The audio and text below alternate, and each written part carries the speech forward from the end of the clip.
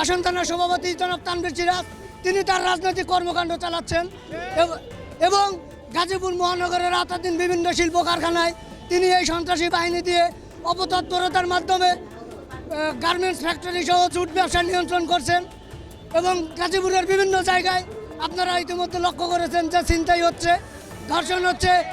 এই ধর্ষণের সঙ্গে এইসব আসামিগুলো জড়িত আছে এবং বিগত দিনে তারা খুন গুম ধর্ষণ সহ নেকারজনক কাজের সঙ্গে জড়িত ছিল।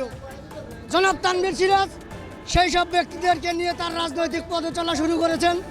আমরা সাধারণ ছাত্র জনতা বুকের তাজা রক্ত দিয়ে এইসব আওয়ামী দোসরদের পুনরুদ্ধারের দায়িত্ব তানভীর সিরাজকে দেয়নি।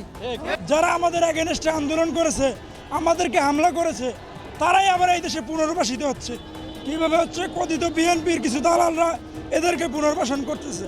আমরা সাধারণ শিক্ষার্থীরা এবং জাতীয়তাবাদী ছাত্রদলের একজন কর্মী হিসেবে আমি এটার বিরোধিতা করেছি বলে আমার উপর বারবার হামলা করেছে। আমরা অতিবিলম্বে বাংলাদেশ জাতীয়তাবাদী দল বিএনপির ভারপ্রাপ্ত চেয়ারম্যান জনাব তারেক রহমানের কাছে দাবি জানাচ্ছি এটার সুষ্ঠু একটি বিচার এবং তানভীর সিরাজের বহিষ্কার দাবি করছি। দলকে বড় করতেছে এবং যত উপকর্ম আছে তার নেতৃত্ব হচ্ছে।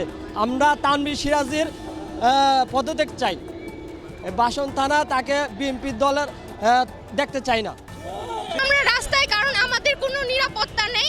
আমরা রাস্তায় বের হতে ভয় পাই। আমরা পড়ালেখা করার জন্য বাসা থেকে আসি এবং আমরা অনিরাপত্তায় ভুগছি।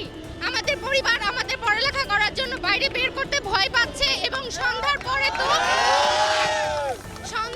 তো রাস্তায় বের হওয়া একদম অসম্ভব ব্যাপার হয়ে দাঁড়িয়েছে আমাদের জন্য।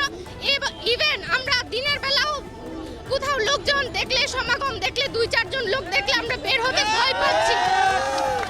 অথচ আমাদের সমন্বয়ক যাদের উপর আমরা ভরসা করে এত মানুষ জীবন দিছি, তাদের কোনো ভুরুক্ষেপই নাই। তারা আছে নিজেদের দল নিয়ে এবং শুধুমাত্র আওয়ামী লীগের বদনাম করা নিয়ে আছে। অথচ আমরা যে এত অসুবিধায় আছি, তাদের জন্য এত কষ্ট করছি, তাদের এই ব্যাপারে কোনো কথা নেই। নতুন নতুন শীর্ষ খবরের জন্য চ্যানেলটিকে লাইক, কমেন্টস, শেয়ার, সাবস্ক্রাইব অথবা ফলো করুন।